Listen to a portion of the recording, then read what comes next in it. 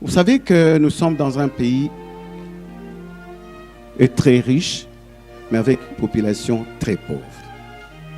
Et ceci fait que nous aurons deux problèmes de pouvoir permettre à notre population d'avoir accès à ces techniques.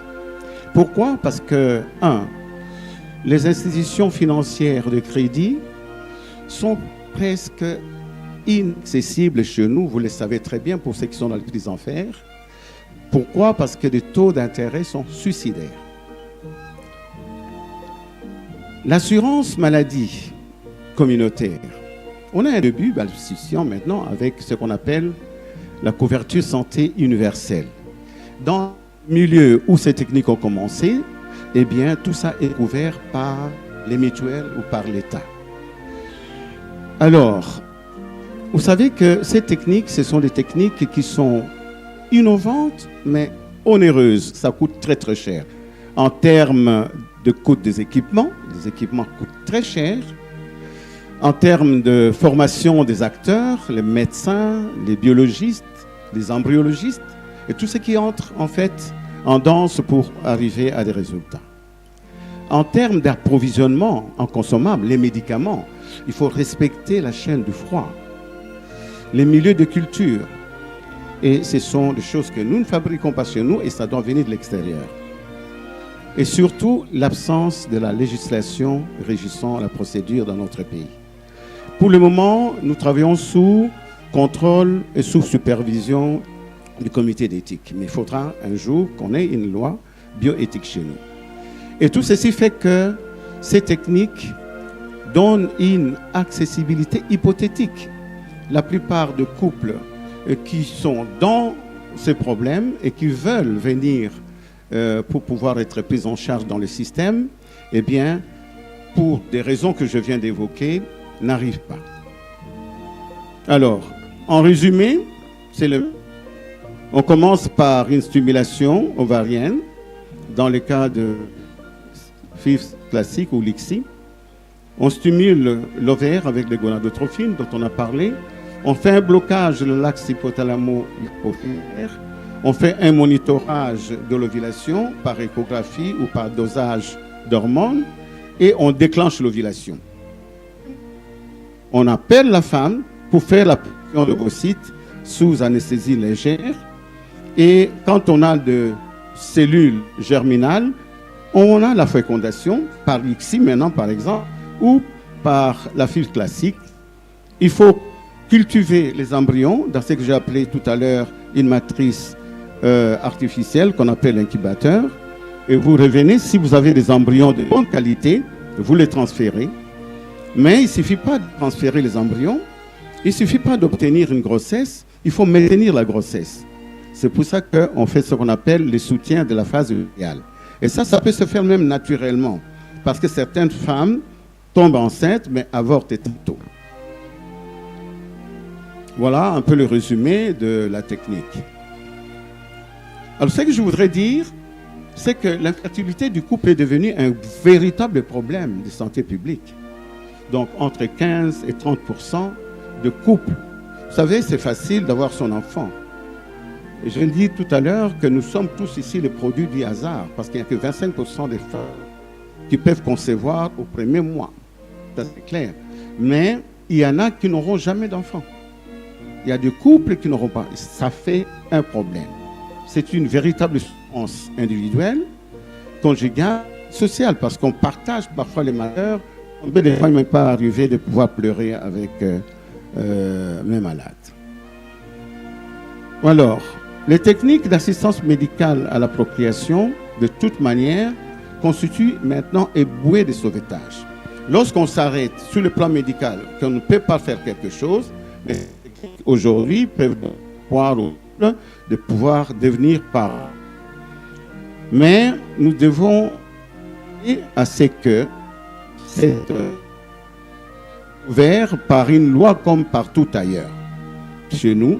Et là, c'est un appel qu'on lance à tous les scientifiques et à ceux qui sont justement ont la possibilité de pratiquer cette technique-là chez nous, comme on fait ailleurs, eh bien, de pouvoir initier, élaborer un projet pour qu'on ait une loi bien éthique et qui nous préserve. Nous sommes médecins, chefs de zone de santé de Lingouala. Nous voudrions que ce lancement soit une sensibilisation. Je pense qu'ici, dans cette salle, toutes les femmes ne sont pas là, mais toutes les femmes sont représentées. Alors pour cela, je demande à chaque femme et à chaque homme qui a suivi cette conférence de faire l'effort à ce que ce message atteigne chaque femme dans les moindres détails. Que ce soit la femme médecin, la femme enseignante, la femme au foyer, la ménagère ou la femme même dans les champs. Nous avons la chance, parce que professeur Modia, de tout le temps, veut toujours aider la femme. Profitons de ces occasions pour que cette femme-là, qui n'a pas d'enfant, peut-être que sa cause n'est pas aussi si grande, mais nous voudrions à ce que cette femme-là vienne. Vous voyez qu'on a même diminué le montant pour la consultation.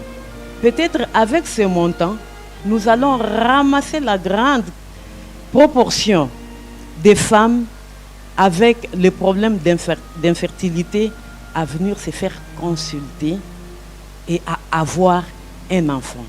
Parce que je pense que toutes les femmes présentes ici, l'enfant d'une mère, c'est toujours une grande joie. C'est comme ça que nous lançons ces activités. En tant que médecin chef de zone, nous lançons ces activités en termes de sensibilisation.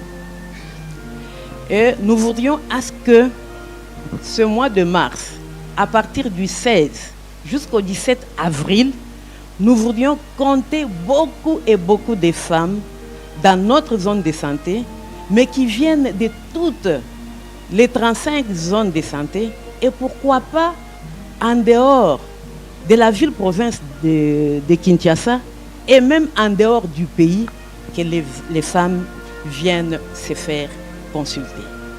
Le désir d'une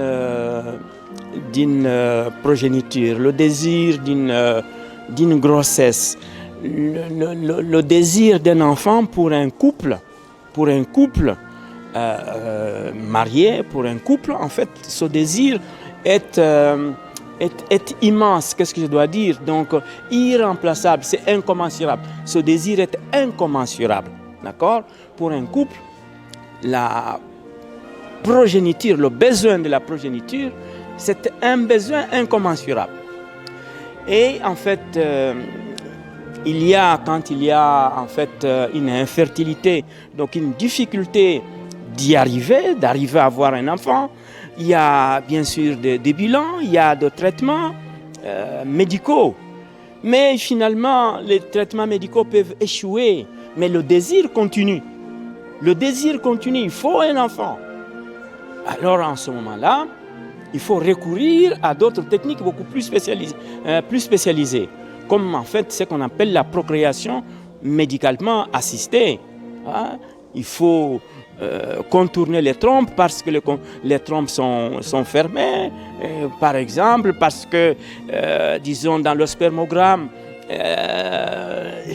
le nombre de spermatozoïdes ne suffit pas par voie naturelle d'y arriver.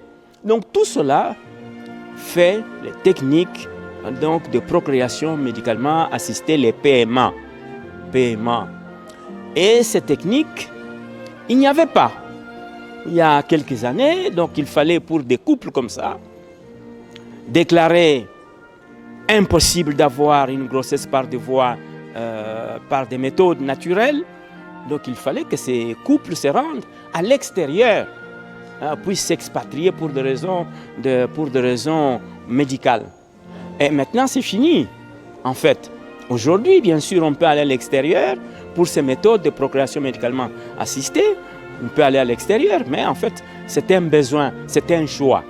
C'est un choix, on peut aller à l'extérieur, mais sinon, on n'est plus obligé de recourir à des hôpitaux extérieurs. Donc aujourd'hui, c'est possible.